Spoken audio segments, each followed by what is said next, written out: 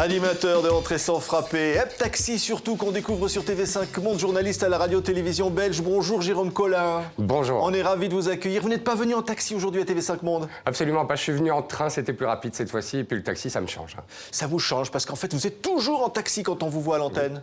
Effectivement, c'est mon métier, je conduis des taxis effectivement à la télévision belge, mais il est rempli de caméras et d'invités, donc effectivement c'est différent. Oui, parce que le principe c'est qu'évidemment vous me faites monter des stars à bord. Ces stars vous font des confidences, il se passe des choses incroyables avec elles. Hein. Oui, écoutez, c'est parti d'une obligation. On n'a pas beaucoup d'argent en Belgique parce qu'on est un tout petit pays, hein. On a 4 millions de téléspectateurs potentiels, donc on n'a pas beaucoup d'argent pour produire des émissions. On s'est dit comment faire une émission fauchée mais originale. Et on s'est dit bon, on va se mettre dans un taxi et on va laisser parler les gens parce qu'en fait moi je fais pratiquement rien dans cette émission, sinon laisser parler les gens. Si, quand même, vous leur posez des questions. Vous leur faites payer la course quand même, non? J'essaye, mais ils sont tous radins. Ah, ils veulent pas payer, ouais. Benoît Poelvoorde, il a voulu s'arrêter à un moment, il avait une petite envie. Hein. Tout à fait, il a une petite envie de pipi et il n'a pas fait que pipi, d'ailleurs, et ça a fait grand bruit, d'ailleurs, en Belgique. Alors, on va voir des images incroyables. Vous avez reçu les plus grandes stars du monde. Vous avez même eu les Daft Punk. Tout le monde rêve d'avoir les Daft Punk qui sont montés dans votre taxi. Ah, ils sont fans de l'émission, donc ils ont décidé de venir. Ouais. Les Daft Punk, ça fait quoi d'interviewer des gens avec un casque? Ah bah c'est super impressionnant, parce que moi je suis fan en plus du groupe, donc c'était un grand moment pour moi. Ouais, regardez ces images. De les avoir. Je vais vous dire que c'est un peu intimidant. Vous connaissez pour les machines, les robots, Around the World, One More Time, enfin... Et puis là, vous revenez par contre avec Random Access, c'est vraiment avec des êtres humains, quoi, avec un groupe, des instruments de musique. Voilà, c'était vraiment impressionnant d'avoir les Daft Punk à bord. Hein. Ah bah oui, c'était super impressionnant. Moi, je suis fan, c'est la musique que j'écoutais à 20 ans. Ouais. Je rêvais de les avoir, je les ai eus. Ouais. Alors, vous leur faites traverser Bruxelles. Vous avez eu Frédéric Mitterrand un jour qui vous a fait des confidences incroyables hein, sur la beauté de François Hollande. Hein. Tout à fait. On a enregistré le jour où a été révélée l'affaire Hollande-Gaillet. Et il était absolument remonté. Et en fin de trajet, il s'était bien endormi, il était bien distrait. Et il a lâché une phrase qui a fait beaucoup de bruit. Oui, et puis Patrick Bruel, lui, par contre, qu'est-ce qui lui plaisait pas? Il y avait un truc, hein. Bon, je sais pas, il était pas super content à la fin de l'émission, je n'ai jamais su. Non, mais il paraît qu'il aimait pas d'être filmé de profil. Mais il y en a plein qui n'aiment pas d'être filmés de profil, je sais pas pourquoi. Ils font trop attention à eux. Et alors, quelles sont les stars qui ne veulent pas monter dans votre taxi? Moi, j'ai juste connaissance d'Isabelle Huppert, qui ne veut pas venir. Ah bon, pourquoi elle veut pas? Eh ben, je sais pas. Je sais pas, elle ne veut pas nous dire pourquoi, mais en tout cas, elle ne veut pas venir. Ouais, c'est la seule. Étienne Dao est monté, tout le monde monte dans votre taxi. Marion Cotillard, oui, tout le monde. Alors vous leur faites traverser Bruxelles, vous les amenez dans les quartiers, vous leur faites découvrir la ville. C'est étonnant, hein? J'espère que c'est étonnant. Ça part effectivement d'une obligation. On n'a pas d'argent, donc comment faire des émissions de télé sans argent? Une voiture, ça coûte pas très très cher. Mettre des caméras fixes dedans, ça coûte pas très très cher. Et puis on s'est débrouillé comme ça. Et nous, on a été les premiers surpris, surtout, de voir que les gens, ils adoraient voir leur quartier, leur ville, parce qu'on essaie aussi d'aller en province, en Belgique, etc. Et surtout l'effet que ça avait sur les clients, parce qu'on se regarde pas face à face. Du coup, vu que je conduis et le client est à l'arrière, et on a réalisé en tournant que les gens se confiaient vachement dans cette émission. Ouais, ils se confient. Charlotte Gainsbourg, vous l'avez adorée, vous êtes tombé amoureux, allez avouer, Jérôme. Complètement. Je suis encore, si tu me regardes, appelle-moi. Elle va vous appeler, oui.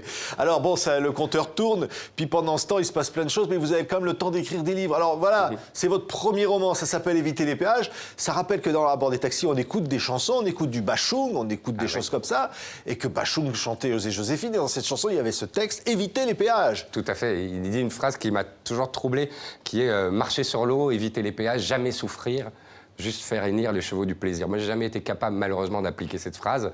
Et donc, quand il a été question d'écrire, je me suis dit, voilà, je veux partir de là et je veux y raconter l'histoire d'un mec qui ne parvient pas à jouir de la vie et voilà. Ouais, parce que le taxi, c'est la solitude. Et alors, il fait plein de rencontres à bord de ce taxi. Comme vous le dites, les gens se confient, il se passe des choses particulières. Finalement, la vie du chauffeur de taxi peut être bouleversée. Elle est complètement bouleversée. Au début, je le mets devant un dilemme. Est-ce qu'il doit rester dans la famille qu'il aime? Il a des enfants, il a une femme aimante, il l'adore. Mais en même temps, un jour, il croise une jolie rousse avec des incisives incroyables, une odeur magnifique.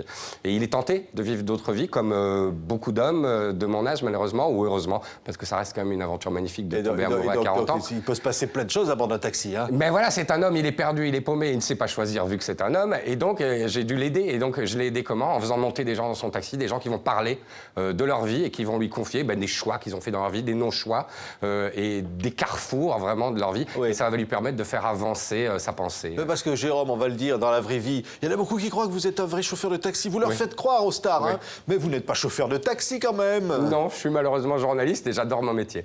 Mais effectivement, il y en a plein qui le croient parce qu'on ne le dit pas dans les taxis. Alors je leur dis non, je suis chauffeur de taxi. Ils cherchaient un chauffeur de taxi pour faire cette émission, ils m'ont trouvé, mais le reste de la semaine, je suis chauffeur de taxi. Alors regardez, on va retrouver nos amis les Daft Punk. Encore un extrait parce que c'était le scoop mondial. À nouveau un extrait de Hep Taxi. Vous devez avoir à peu près comme moi, à peu près 40 ans. Ouais, un peu plus quand même. Est-ce que vous pouvez arrêter de parler d'âge, s'il vous plaît? Je n'ai pas honte de l'âge que j'ai. J'ai aucun problème avec cet âge. Ah, puis c'est une chaleur étouffante sous ce casque. Mon Dieu. Ouais, je sais ce que vous allez penser, Jérôme. C'est vrai que dans les années 80, c'était des années difficiles. Point de vue image, du moins, la presse m'avait classé parmi les chanteurs du passé.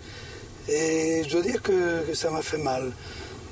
Alors je me suis dit comment réagir. Je dis finalement, fais ce que tu aimes. Voilà. Début 90, j'avais pas vraiment... Et voilà, c'est incroyable. Hein. Non, mais vous êtes incroyable, Jérôme. On a révélé la vérité. Non, mais je ne savais pas qu'Adamo était Daft Punk. Eh ben, on a révélé la vérité au monde. Et puis alors, heureusement, il y avait la deuxième Daft Punk à côté. On ne voit pas la suite de l'émission, mais on va peut-être avoir une surprise. Vous allez la diffuser ou je dois le dire? Non, vous pouvez le dire. C'était Michel Drucker. Oh, le voilà sur la photo, tiens. Ouais. Non, mais vous leur faites faire des choses quand même, hein. On leur fait faire des choses. Alors ça, c'est une émission qui tombait un 1er avril. Et j'avais très envie, un jour dans ma vie, de faire un bon poisson d'avril. Et tout le pays a marché. Hein. C'était absolument incroyable. C'est d'ailleurs passé sur la télé française, je me souviens. Mais, et je les remercie encore, Salvatore et Michel, d'avoir fait cette grande blague avec nous. C'était un bon moment de ma carrière. Je me suis beaucoup amusé à faire ça. Ce qui est touchant, hein, Jérôme, c'est que dans ce livre, Éviter les péages, donc, qui est publié aux éditions Alary, vous racontez, finalement, vous confiez beaucoup sur vous-même. Ouais, je suis un garçon de crise, moi. J'ai fait une crise à 20 ans, une crise à 30 ans. Elles ont servi à rien, sinon à tout détruire autour de moi. Puis j'en ai refait une autre à 38 et je me suis dit, celle-là, il faut construire quelque chose. Il fallait que je fasse des choix, je les ai faits, je les assume. Mais j'avais envie de faire un acte artistique avec ces choix-là.